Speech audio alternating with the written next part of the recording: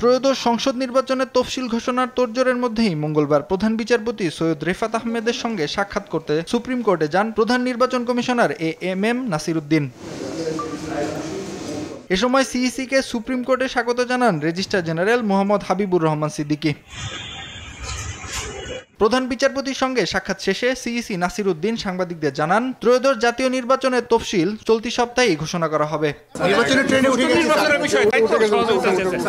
এ সময় নির্বাচনী অনুসন্ধান কমিটি যেন তফসিল ঘোষণার সঙ্গে সঙ্গে ত্বরান্বিত করেন সে বিষয়ে প্রধান বিচারপতিকে অনুরোধ করলে কোনো অসুবিধা হবে না বলে আশ্বস্ত করেছেন বলে জানান সিইসি।